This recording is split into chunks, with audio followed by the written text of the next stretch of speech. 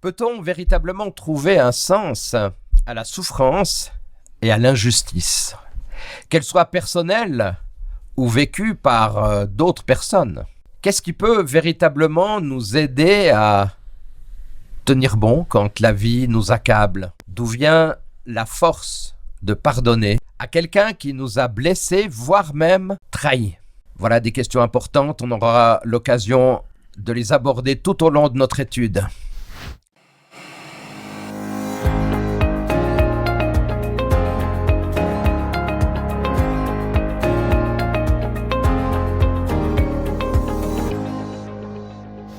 Et aujourd'hui, chers auditeurs, c'est un nouveau trimestre qui démarre.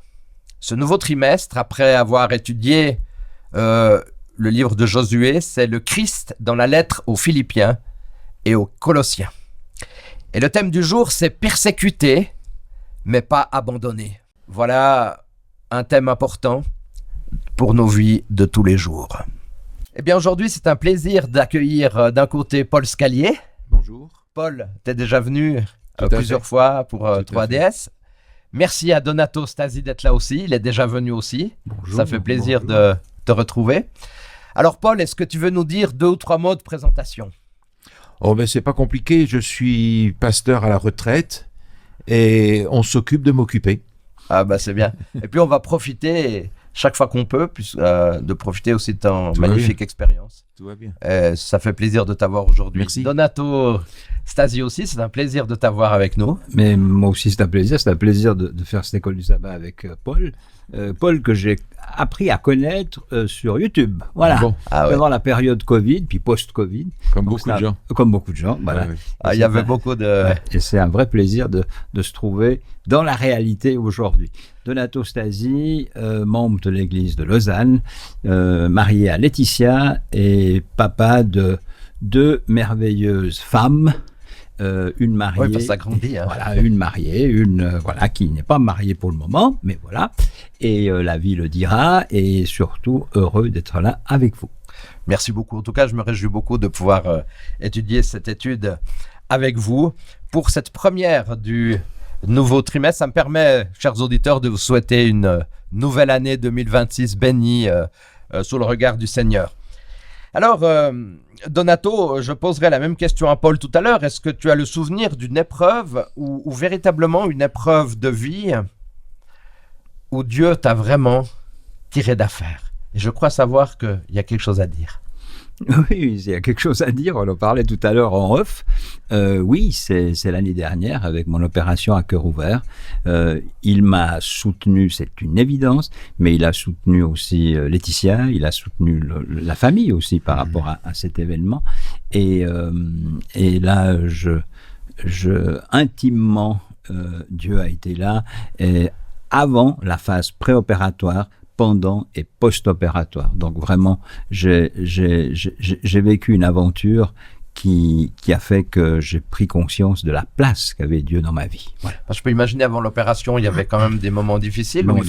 Des examens à faire. Avec la confiance en Dieu. Oui, il y avait aussi la préparation aussi sportive pour faire en sorte que je sois prêt à affronter l'intervention. Ensuite, il y a le jour J, avec tout ce que ça pose comme questionnement et comme risque aussi.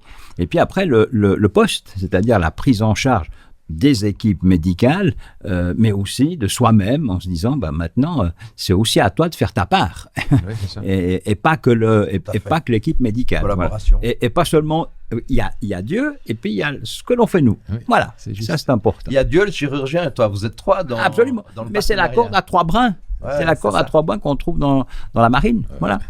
C'est ça. Et Paul, est-ce que toi, tu aurais éventuellement une expérience qui a été un peu difficile, où tu as senti vraiment que Dieu était là? Ben, on va rester dans le médical, puisque avec le temps, c'est ce qui nous attend. Il y a déjà un certain temps, j'avais des difficultés de plus en plus avancées à pouvoir marcher, jusqu'à ce que j'arrive pratiquement plus à marcher. Les médecins m'ont dit, il faudra attendre 9 mois à 1 an avant qu'on puisse faire quelque chose pour vous. Alors, c'était difficile parce que la mobilité baissait de jour en jour, et après 7 mois, une porte s'est ouverte et j'ai été opéré en quelques jours, quelques semaines. J'ai fait le petit calcul. si j'avais dû attendre 1 an, c'était la chaise roulante. Ah, carrément. Et le chirurgien qui m'a opéré m'a dit, je ne vais pas pouvoir récupérer tout. Ouais. Il a récupéré l'essentiel, donc je peux galoper. Mais si j'avais dû attendre 1 an, je pense que la chaise roulante était une solution. Sacrée perspective. Oui, alors je remercie le Seigneur de ce qu'il ouvre au dernier moment les portes dont on a Je peux besoin. imaginer cette expérience, Paul, ça t'a vraiment rapproché de Dieu. Ah ben de toute façon. Avant, pendant, après, ce sont toujours des expériences qui nous... C'est là que nous avons appris à nous accrocher de toute façon. Ouais. Donc, voilà. Ouais, vous avez des expériences, peut-être pas exactement la même, mais quand même qui se rapprochent. Moi, je ne vais pas vous raconter mon expérience du Covid, mais j'ai quand même vécu aussi quelque chose d'important. Mais ici, il n'est pas question de trop s'allonger par rapport à ça. Mais en tout cas, vos expériences sont très, très touchantes parce qu'elles nous aident aussi à bien avancer dans cette étude, où on voit que dans cette étude, cher Paul, cher Donato, chers auditeurs, que Dieu, il est là à l'œuvre tous les jours. Eh bien, nous savons aussi qu'avant de continuer, de pouvoir discuter, de pouvoir échanger, c'est important de commencer par une prière. Notre Dieu, nous voulons te remercier parce que tu nous aides tous les jours de nos vies, dans les moments faciles peut-être pas, mais en tout cas agréables, et aussi dans les moments plus difficiles. Tu vois que nous avons entendu à travers Donato et Paul 2 expériences de vie, 2 expériences de foi, 2 expériences qui ont permis à Donato et à Paul de faire un bout de chemin de plus avec toi. Et nous savons que nous avons tous besoin de cette réalité-là, de pouvoir te faire confiance, de pouvoir ouvrir nos cœurs à ta présence et de savoir que tu nous abandonnes jamais, quelles que soient les circonstances de nos vies. Seigneur, merci aussi de pouvoir étudier cette nouvelle étude et qu'elle puisse véritablement nous apporter foi et réconfort. Au nom de Jésus. Amen. Amen. Chers auditeurs, vous avez beaucoup de chance parce que vous découvrez ici plusieurs nouveautés d'Espoir Média. Alors, lisez attentivement ces différentes nouveautés. Merci beaucoup à l'équipe d'Espoir Média qui fait un effort constant pour toujours œuvrer et puis ajouter des nouveautés. Alors, mes amis, j'aimerais ici continuer bien sûr notre étude. Et à un moment donné, dans notre étude, on nous rappelle cette phrase que je trouvais assez intéressante: accablé, mais pas écrasé, désemparé, mais pas désespéré, persécuté, mais pas abandonné. Voilà quelques questionnements qui nous aident aussi à développer notre confiance, même si la vie n'est pas toujours facile. Et puis nous le savons très bien, vous le savez aussi bien que moi, l'apôtre Paul a souffert. L'apôtre Paul a vécu beaucoup de temps en prison. Non pas pour des larcins qu'on pourrait se dire comme aujourd'hui, avec différents questionnements de savoir pourquoi telle ou telle personne va en prison. Non, l'apôtre Paul va en prison parce que il a toujours continué à lutter pour le Christ, il a toujours continué à lutter pour Dieu. Alors nous savons que l'apôtre Paul était en prison dans la ville de Philippe, à Éphèse. Il y a aussi à un moment donné une expérience avec les Macédoniens qui étaient non-juifs, où l'apôtre Paul a insisté pour un appel à l'unité. Dans l'épître aux Colossiens, la Turquie actuelle, rédigée en prison. Donc on voit que l'apôtre Paul n'a pas perdu son temps en prison. Il aurait pu cogiter, il aurait pu se dire pourquoi je suis accablé par cet événement-là. Non, il a continué à travailler, il a continué à étudier la parole, il a continué à écrire. Et là, il est effectivement dans les Colossiens, la Turquie actuelle, il a rédigé ce livre en prison, en même temps d'ailleurs que l'épître qu'on dit toujours de Paul aux Éphésiens. Donc c'est quand même, je trouve impressionnant de voir comment il a été prolifique dans ses écritures. Il est obligé aussi dans son environnement de combattre des idées erronées. Donc c'était pas facile non plus parce qu'il fallait combattre certaines idées totalement décalées. À un moment même donné, Paul, il est envoyé par le Saint-Esprit dans différentes villes. Et c'est intéressant dans ce livre que nous voyons la force du Saint-Esprit aussi par rapport au fait que Paul a été conduit aussi par le Saint-Esprit. Alors, eh bien, on a un autre Paul, on a Donato, mais j'aimerais te poser la question, Paul, et à Donato aussi, bien sûr. Paul, comment est-ce possible de véritablement traverser les épreuves de la vie? Et est-ce que avoir foi en Dieu est toujours suffisant? Alors, ça dépend ce qu'on met dans foi. D'accord. La foi, c'est devenu aujourd'hui un grand sac dans lequel on va mettre ce qui nous arrange. Ça comprend beaucoup de choses. Mais j'aimerais reprendre un texte que l'on a ici dans 2 Corinthiens chapitre 6, où la foi se décline dans plusieurs facettes.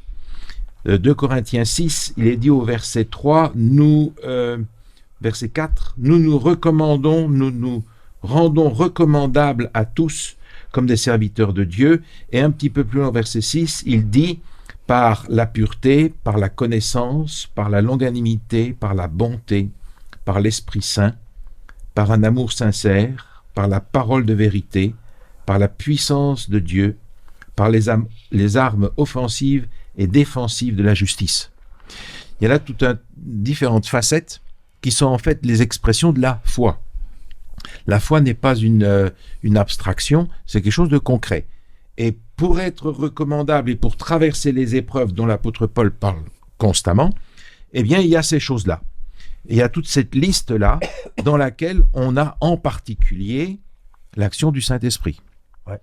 Alors, je fais référence à ce texte qui est dans notre leçon, le texte d'Ellen White dans Jésus-Christ à la page 675, où elle rappelle que le Saint-Esprit nous est donné pour que l'on soit capable de traverser les épreuves héréditaires et acquises.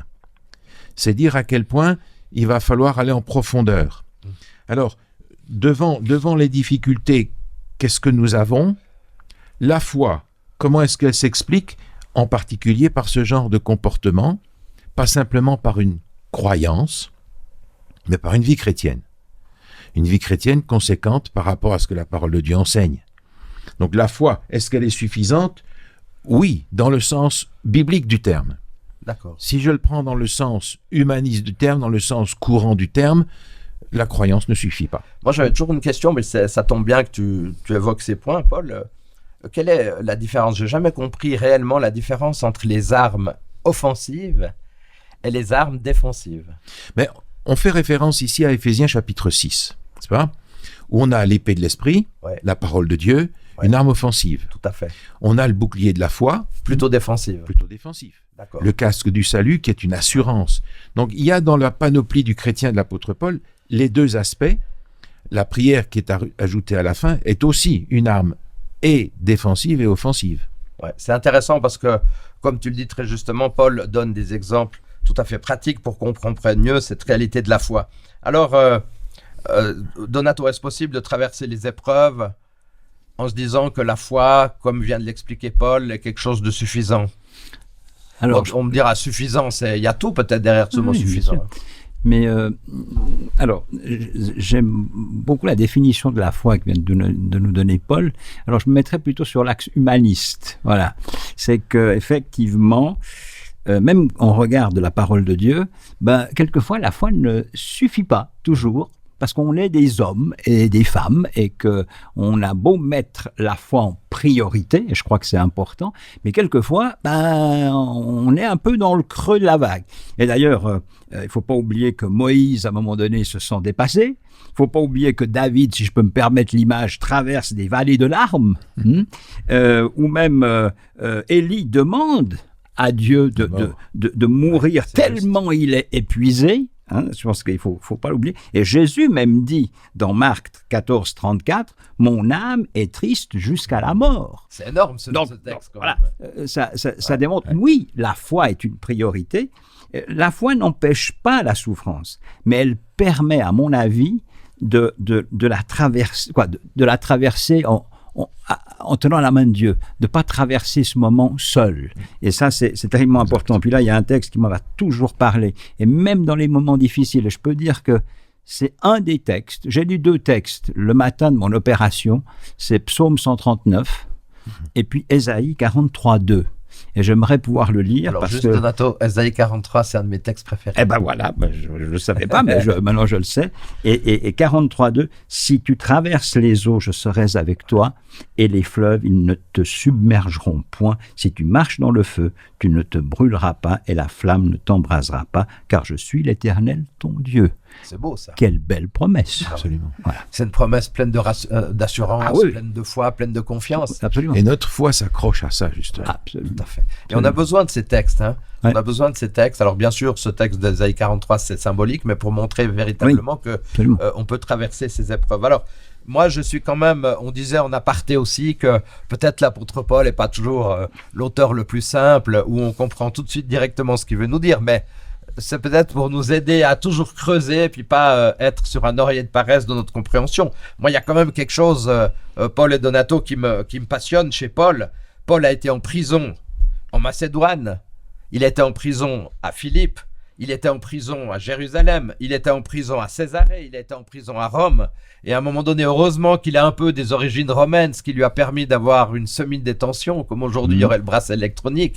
Mais il a pu sortir un peu de prison puisqu'il était originaire de cette région. Mais on voit quand même que, et je rappelle quand même que Paul, c'était pour des raisons louables qu'il était en prison. C'était pas pour des larcins complètement débridés, c'était des raisons louables.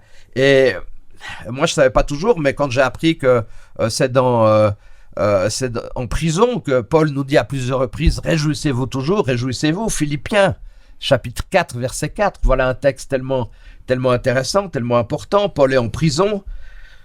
Réjouissez-vous toujours. Alors, j'ai une double question. Est-ce possible de se réjouir en prison? Et si oui, est-ce que la prison est un champ missionnaire, Paul?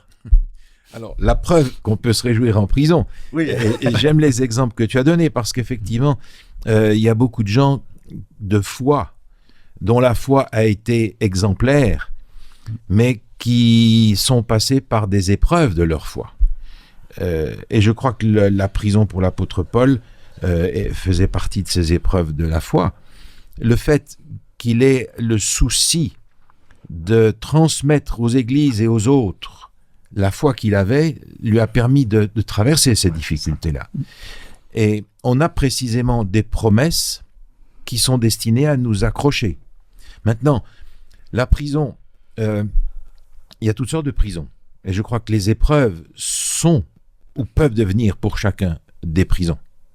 Si on se laisse emprisonner par l'épreuve, c'est parfois pire que d'être sous les verrous. Ouais. Donc ces épreuves peuvent être des prisons. La question va être de savoir maintenant à quoi est-ce que je peux m'accrocher.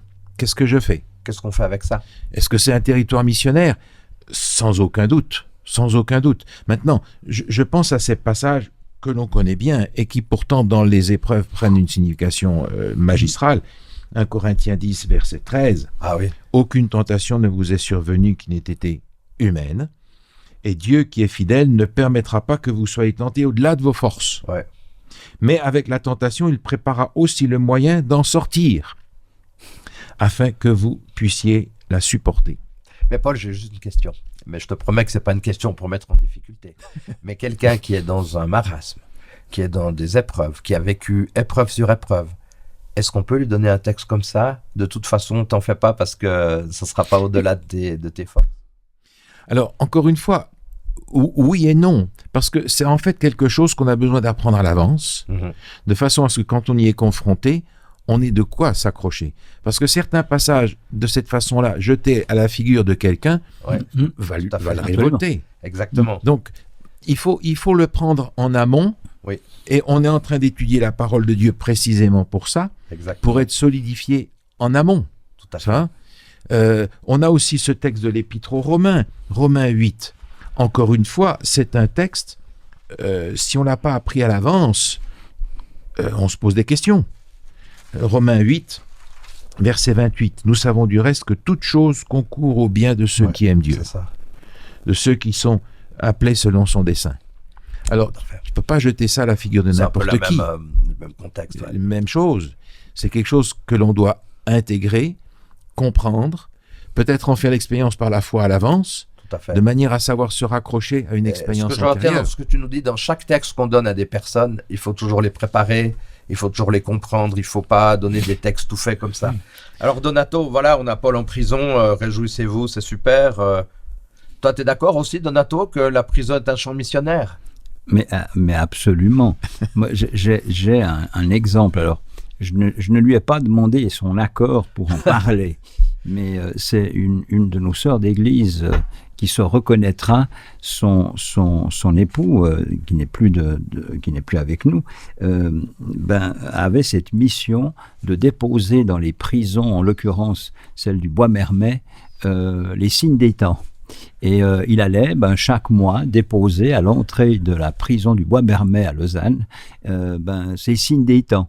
Donc effectivement, pour lui, c'était aussi sa mission que de recevoir le signe des temps et de l'apporter, de le déposer là. Et ça faisait du bien autant au personnel pénitentiaire qu'aux personnes en tant que telles. Et je crois qu'il y a même, alors c'est ce qu'il m'avait raconté, il y avait même un des membres du personnel pénitentiaire qui avait demandé des études bibliques, j'aimerais juste le dire. Hein. Voilà, donc on s'aime, encore une fois, on s'aime. Et puis, moi j'ai relu Actes 16, 25 à 34, et j'avais pourtant lu, encore une fois, on lit un certain nombre de textes et ils nous apparaissent des années plus tard comme des évidences.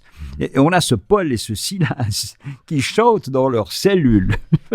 C'est assez extraordinaire. Il faut le faire quand même. Hein. Ah oui, pour faire trembler les murs. Alors bien sûr, on sait bien qu'il y a un côté imagé, on est d'accord, il y a tout un esprit littéraire là derrière, aussi dans l'écrit. Mais ça fait rien, ils chantent dans la cellule. Vous imaginez à la prison de la Santé à Paris, je sais pas, hein, on a eu des personnages célèbres qui sont allés à la Santé. Hein. Je sais pas s'ils chantaient. Il est ressorti assez vite. D'accord, très bien. Mais je veux dire, ils chantent dans leur cellule, et puis quand ils en sortent, parce qu'ils ont chanté, parce qu'ils y ont cru, parce que voilà, ils ont tenu fort, t'as même le geôlier qui fait mais qu'est-ce qu'il faut que je fasse pour être sauvé? Parce que là, vous sortez, là, j'ai pas ouvert, j'ai pas mis la clé dans la serrure. Qu'est-ce qu'il faut que je fasse pour être sauvé? Si c'est pas un chant missionnaire, je veux dire, oui, alors qu'est-ce que c'est? On a clairement qu'est-ce que c'est? Un chant missionnaire, on a clairement, on pourrait dire, d'évangéliste. L'image du geôlier qui dit mais qu'est-ce que je dois faire alors pour être sauvé? Et on a plusieurs exemples. Je pense à Acte 8, qui vient juste après la lapidation d'Étienne, qui nous dit qu'à partir de ce moment-là, il y a eu une persécution qui s'est répandue. 2-3 versets après, ceux qui avaient été dispersés allaient de lieu en lieu annonçant la bonne parole. C'est magnifique. Persécution, on ne reçoit pas ça comme une bonne nouvelle. Absolument. Mais si Dieu doit prendre ce moyen-là pour que ça se répande, il le fera. Mais d'ailleurs, il y a des statistiques qui ont montré que plus les champs missionnaires, ou plus les fédérations, on pourrait dire des fédérations adventistes, puisqu'on a cet exemple-là, sont dans la persécution, plus il y aura de croissance. Le moment où il n'y a plus des choses à lutter, ça ne veut pas dire qu'on va chercher les épreuves, hein, on ne va pas les chercher, mais c'est plus compliqué parce qu'on n'a pas tellement besoin de se solidariser pour avancer. J'aimerais juste peut-être, si vous permettez, donner un petit exemple, puisque j'ai eu l'occasion aussi de baptiser une personne en prison. Ça a été un moment assez particulier, c'est qu'une personne était en prison et puis une sœur de l'église qui avait contact avec ce prisonnier a dit « Est-ce que tu veux pas lui donner des études bibliques ?» Ce prisonnier suivait déjà des études de l'Institut d'études bibliques par correspondance. Et là, je suis allé le voir, on a partagé, on a étudié. Et à un moment donné, il voulait absolument être baptisé. Puis moi, je me suis dit « Oh, mais j'aimerais quand même qu'on continue à étudier. » 2 semaines après, il m'envoie un message « Écoute, Dominique, j'aimerais te remercier de tout ce que tu as fait pour moi. Je me suis évadé de prison. Mais j'espère que tu n'es pas trop fâché avec moi. » Bon, bref. Il est passé 1 année et demie. Et après 1 année et demie, malheureusement, il est retourné en prison. C'était aussi peut-être un moyen pédagogique pour lui apprendre certaines choses. Il m'a dit « Écoute, je sais que tu veux pas me revoir, mais là, j'ai accepté de le revoir. » Et puis là, j'ai senti qu'il était prêt pour le baptême. Alors, je l'ai sorti de la prison une journée pour aller le baptiser à Neuchâtel. Et le soir, je l'ai ramené en prison. Aujourd'hui, il est décédé, malheureusement. Il a un accident de vélo avec un camion qui l'a shooté. Bref. Mais quand même une expérience assez forte de baptiser une personne qui était en prison sur une journée où il fallait le prendre et le ramener. Donc il y a des expériences qu'on doit te rappeler aussi, celles de Bois-Mermet qui sont là. Alors, est-ce que véritablement Donato et ensuite Paul aussi bien sûr, est-ce que les exemples de l'apôtre Paul nous aident véritablement concrètement dans les épreuves? Et si oui, comment tirer le maximum dans nos expériences de vie par rapport à ces épreuves? Mais je pense que si on est humble, la lecture de ces textes doit nous permettre de comprendre certains éléments. Paul se montre tout d'abord vulnérable. Combien de fois on le dit même pour nous-mêmes. Non, mais ça va aller. Je vais m'en sortir. Puis en fait, si on voulait bien accepter de dire, je comprends pas, ou là, je m'en sens pas les forces, les choses s'ouvrent déjà plus facilement. Les portes peuvent s'ouvrir, pas seulement dans notre entourage, mais verticalement. Le fait de dire qu'on est vulnérable, c'est important. Et puis, Paul, il découvre Dieu encore et toujours dans ses faiblesses, justement. Oui. C'est parce qu'il est faible qu'il découvre l'amour que Dieu a pour lui. C'est-à-dire, c'est pas compliqué.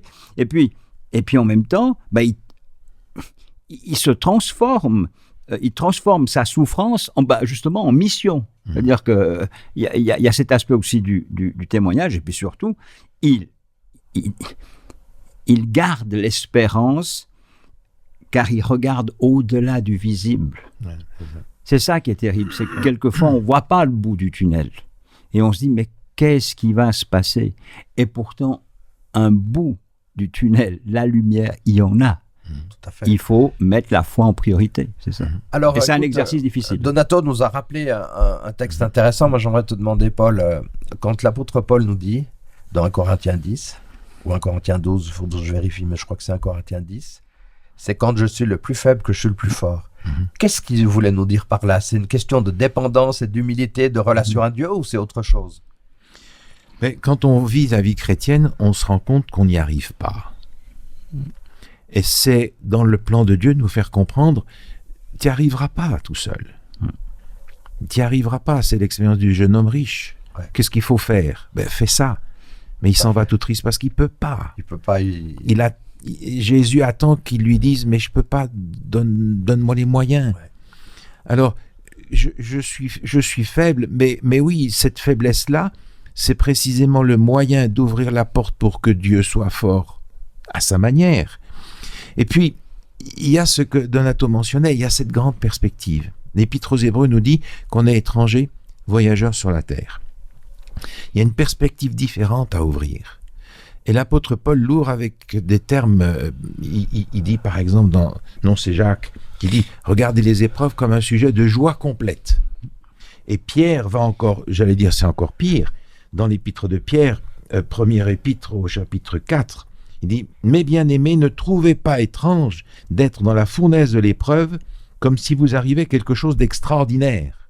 Réjouissez-vous au contraire de la part que vous avez aux souffrances de Christ, afin que vous soyez aussi dans la joie et dans l'allégresse lorsque sa gloire apparaîtra. » Donc là, il y a un panorama énorme où l'apôtre Pierre essaie de nous faire comprendre vos épreuves vous font participer à la souffrance de Christ. Parce qu'il a appris l'obéissance par les choses qu'il a souffertes. Mais est-ce que vraiment dans la souffrance, on arrive à se réjouir? On peut. On peut, d'accord. On peut. C'est important, ça. On peut se réjouir. Ça donne une perspective aussi. Mais on peut se réjouir avec les larmes qui coulent. Ouais. Ce n'est pas le rire béat. Ouais, bien sûr. C'est une joie profonde qui nous donne cette assurance qu'au travers de l'épreuve, on n'est pas seul. Dieu dirige, Dieu conduit, et Dieu nous permet de nous réjouir à l'avance de ce qu'il va faire pour nous à la sortie du tunnel. Toi, Donato, tu es aussi OK avec ça, que même dans l'épreuve, même dans la souffrance, il y a des moyens de se réjouir? Oui, et de se réjouir parce que c'est un processus. C'est un processus de guérison. L'épreuve est un processus de guérison.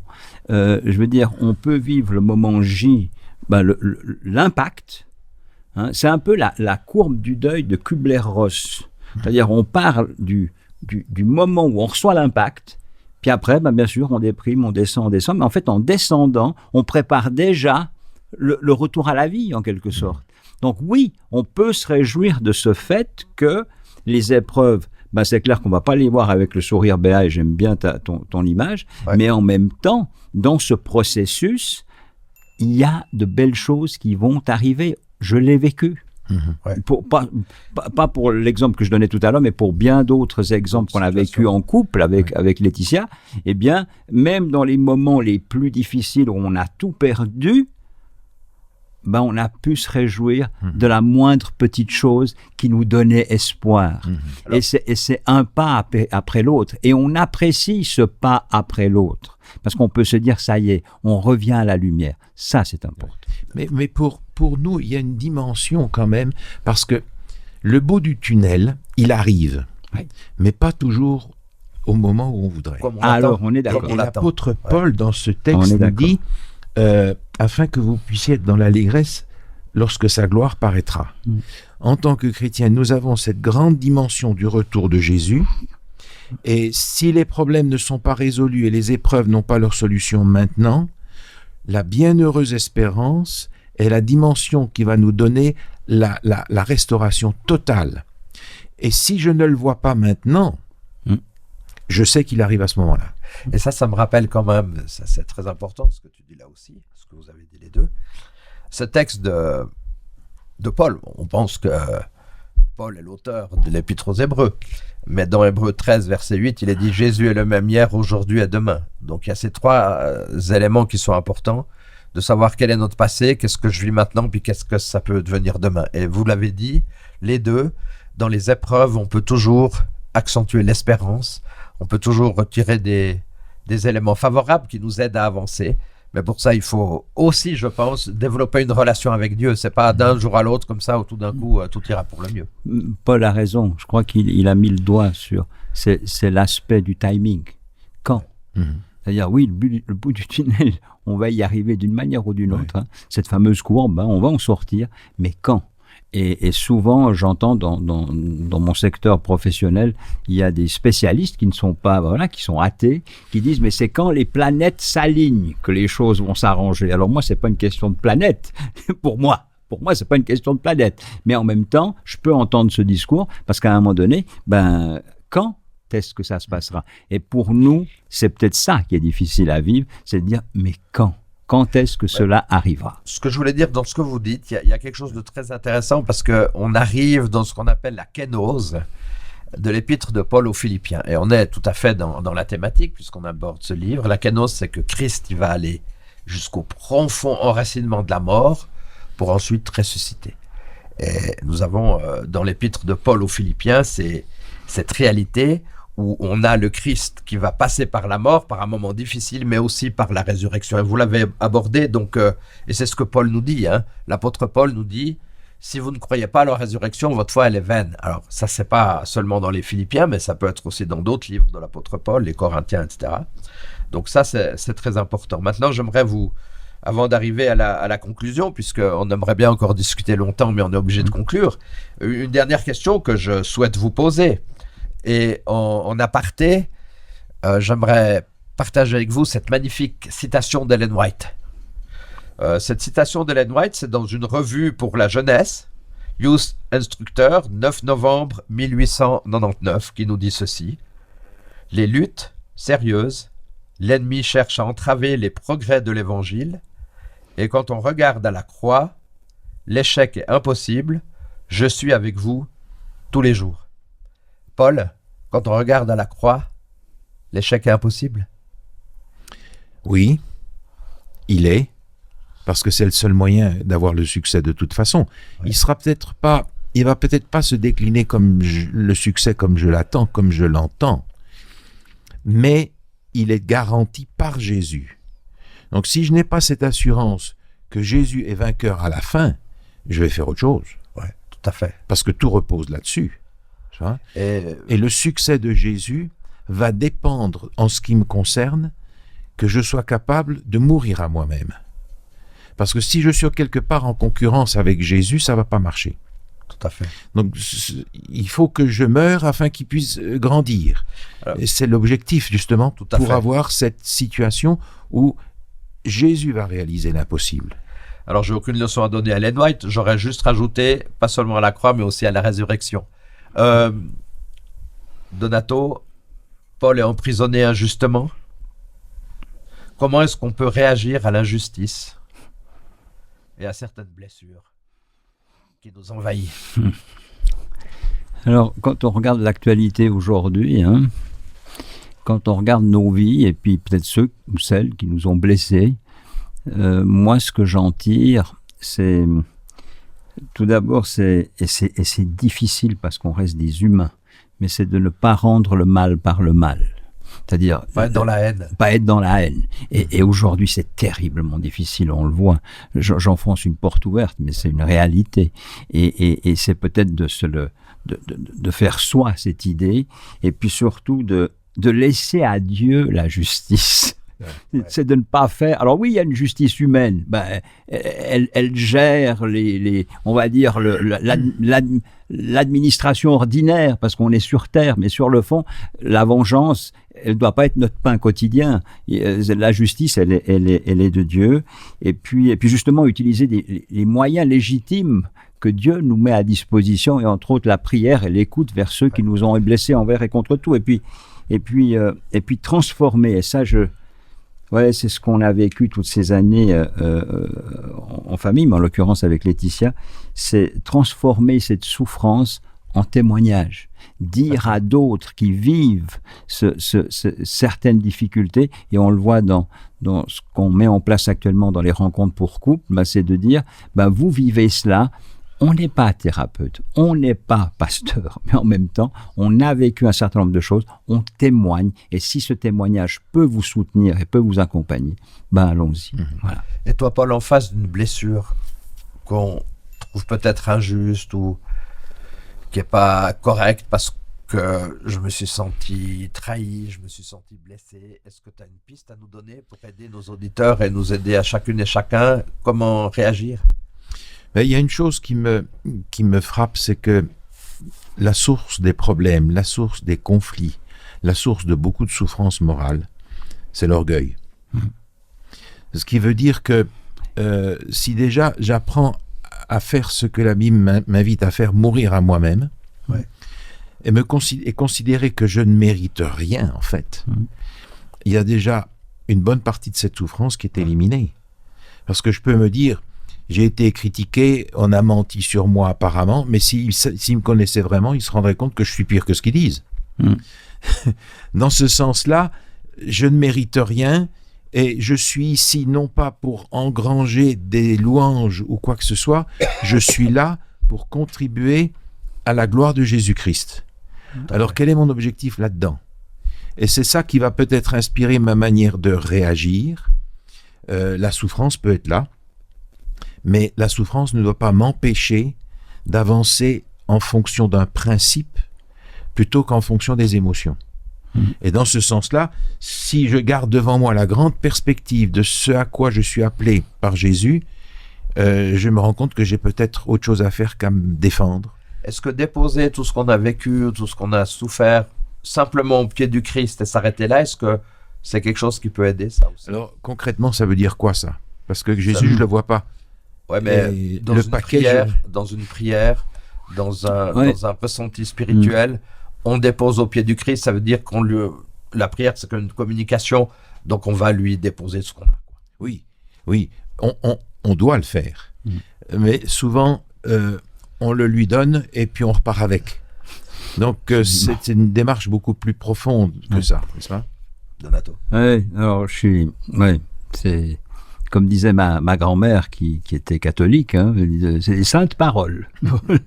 Mais c'est pas facile, mais je l'ai vécu dans ma vie et dans notre vie de couple aussi. Envers et contre tout, c'est de garder un cœur, et c'est un exercice difficile, mais voilà, il faut s'y accrocher, garder un cœur capable de bénir, c'est-à-dire dans l'étymologie latine, benedire, dire du bien, envers et contre tout. D'accord? Parce que en bénissant l'autre, même celui qui vous a fait du mal, qui vous a fait les pires coups tordus, vous vous libérez vous-même, en quelque sorte. Et on dépose effectivement le paquet, puis on le dépose vraiment, sans le reprendre. Voilà, et ce côté de bénédiction. C'est le sermon sur la montagne. Absolument, voilà. Merci. Alors, mes amis, bien sûr qu'on doit arriver maintenant au terme, autrement j'aurai un signe de la technique qui me dirait qu'il faut absolument arrêter, mais c'était passionnant. J'aimerais simplement, en terminant rapidement, vous demander, d'abord Donato et Paul, avant de terminer et de conclure, j'aimerais apporter une conclusion. Merci que tu puisses signifier un mot qui selon toi, et c'est peut-être à la fois facile puis à la fois difficile, qui selon toi résume l'étude qu'on a pu aborder ensemble aujourd'hui. Cette première étude du nouveau trimestre. Un mot pour toi, Donato. 3 lettres. La foi. La foi. Et on l'a donné, Paul a donné une définition, et c'est de la mettre en pratique tous les jours de notre vie. Ouais. C'est la foi. Puis si tu permets, j'en mettrai encore un. c'est la confiance. La confiance. Confiance en Dieu. Voilà. Paul, un mot. Un mot, je vais traduire ça par un texte. Colossiens chapitre 3, verset 2 nous dit « Attachez-vous aux choses d'en haut et non à celles qui sont sur la terre. » Plus je suis attaché à ce qui est important pour moi, moins je vais être attaché à ce qui est important pour Dieu. Donc si je veux souffrir moins, si je veux avoir une grande perspective dans l'épreuve, il faut que je m'attache aux choses d'en haut, plus qu'à celles qui sont en bas. Plus s'attacher en haut qu'à notre propre nombril, on pourrait dire. Oui, et puis vouloir défendre nos droits à tout prix. Non, je m'attache aux choses d'en haut parce que celles-là sont éternelles. Les choses d'en bas, elles vont de toute façon partir toutes dans le mauvais sens et je ne veux pas partir avec elles. En tout cas, Paul et Donato, un grand merci pour ces réflexions qui ont été, je crois, assez passionnantes. Et je pense, chers auditeurs, vous allez voir tout au long de ce trimestre, on va aborder des différents thèmes. Aujourd'hui, c'était persécuter, mais pas abandonner. Donc, gardons une note positive, même si c'est pas toujours facile. Et tout au long de ce trimestre, eh bien, on aura l'occasion de poursuivre avec ces points-là. J'aimerais aborder avec vous, comme c'est l'habitude, les 5 points peut-être essentiels de notre étude aujourd'hui. Même dans la prison, la joie et le service avec foi sont possibles. L'épreuve peut même se transformer en une mission d'amour et de partage. Il est important aussi de persévérer avec courage face à l'injustice et aux difficultés.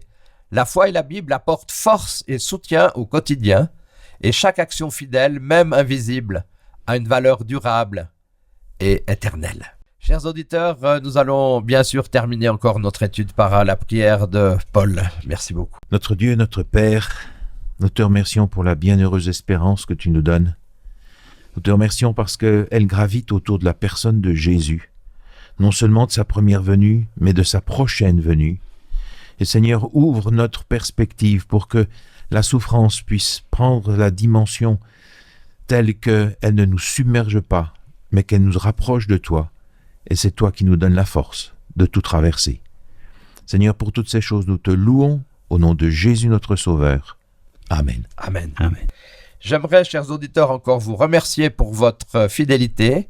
Nous allons nous retrouver, bien évidemment, la semaine prochaine, déjà pour l'étude numéro 2. Et puis, je me réjouis beaucoup, puisque dans 15 jours, eh bien, on va retrouver Paul et Donato pour l'étude numéro 3. Et je vous invite à vraiment être fidèles à cette étude, et puis de vivre à la fois chez vous, mais aussi en église, ces études d'école du sabbat. Bye bye, merci beaucoup, au revoir.